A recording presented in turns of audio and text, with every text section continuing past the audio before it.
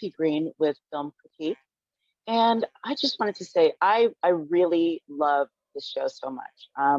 It was really intense, and one of the things that I really loved was how in acting there were a lot of micro movements that I feel like really showed the weight and intensity of racism, like that kind of um, just tension that we're constantly carrying, not knowing what's going to happen next, not knowing if the person that we're talking to is going to say something racist. And I wanted to know, how intentional was that in the directing and in the acting?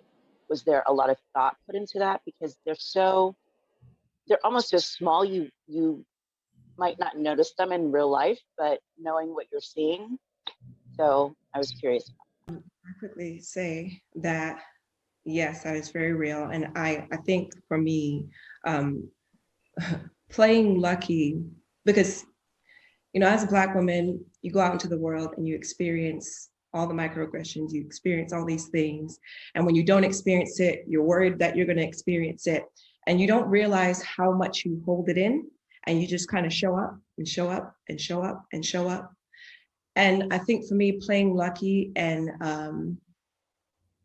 just really allowing her to use every single bit of me gave me the opportunity to kind of let all that I've been holding in out.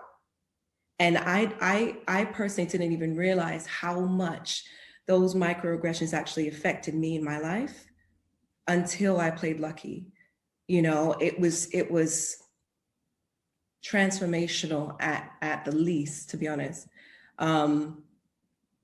It's sad to think how much we experience on a day-to-day, how much we adjust ourselves just to kind of not, be seen as other or be seen as them, right?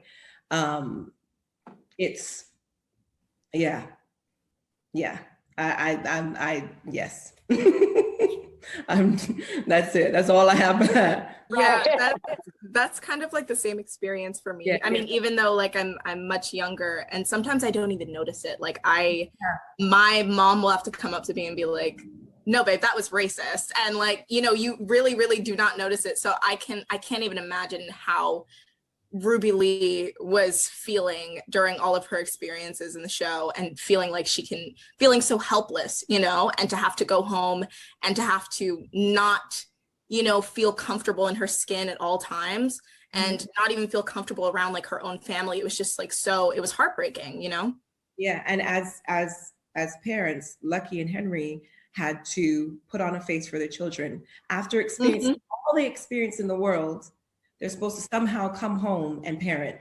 And then I felt like Ruby was also putting on a face for Melody. I was about to say Gracie. Yeah. I think the only one that wasn't putting on a face, I think, was Gracie. It was Gracie. I mean, that's real life, though, right? That's just Melody. That's just Melody. That's real life for Melody, but she's probably the only one that wasn't putting on a face. And exactly. Tiring just because you're Black. It's actually exhausting. Exactly. Nancy, you mentioned you don't realize go. I was just going to say, Nancy, you said it beautifully, because you said micro moments. And I think people think that racism always looks like, something terrifying or completely violent all the time. But there are other forms of violence, right? There's psychic violence, there's emotional violence. There is just, there is the fear of being I've worked in corporate America for many, many years, so I know a thing or two about navigating all white spaces and the terror of that. Terror doesn't always come in the form of somebody who wants to kill you. It very often just comes in your day-to-day flow. And like Deborah said, you're constantly questioning, is this actually happening? Is this not happening? Right? That's the double consciousness of basically just having Black skin and navigating this country. One thing for me that was really super emotional about this is we're just beginning. I mean, when I hear Shahadi say, like, I don't really know if this is or not, I actually think it's a beautiful transformation in a way that this next generation might be experiencing this a bit differently. Because what this makes me think, like, we're only just now having language for a kind of behavior, right? The word Karen. As trite as this sounds, that was not a word that existed for how many years, but it is indicative of a kind of behavior that we have all experienced. So what it does is it makes me think back to our elders, go back 60, 70 years where they not only didn't have the language to describe what was happening to them, even if they did not have the rights. And that's a terrifying thing to think about. So yeah.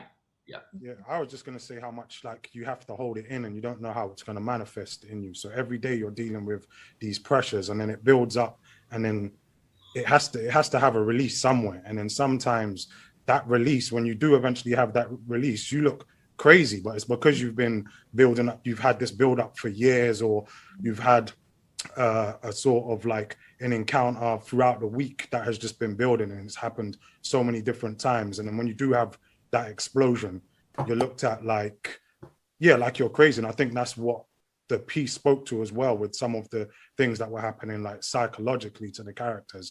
And then you would see them manifest in Henry, and then you see them manifest in Lucky, in Ruby, and then Gracie Jean as well. Yeah. Yeah, I agree with you. Sorry. I agree. I think that's one of the things that the supernatural element of this show kind of represented, is the things that no one else can see, but you can see. Yeah. And the gaslighting and the just, trying to explain to someone that this happened and it was very real to me, but then kind of look at you like, no, you're nuts. You know what I mean? And so, yeah, it's just, it is abuse in many different ways. And you're right, Ellen, when you said that, it can take on many different forms. And I think the show does a great job of exploring the many different shapes that it can take on. Thank you. Thank you so much. It's great. Yeah. Thank you.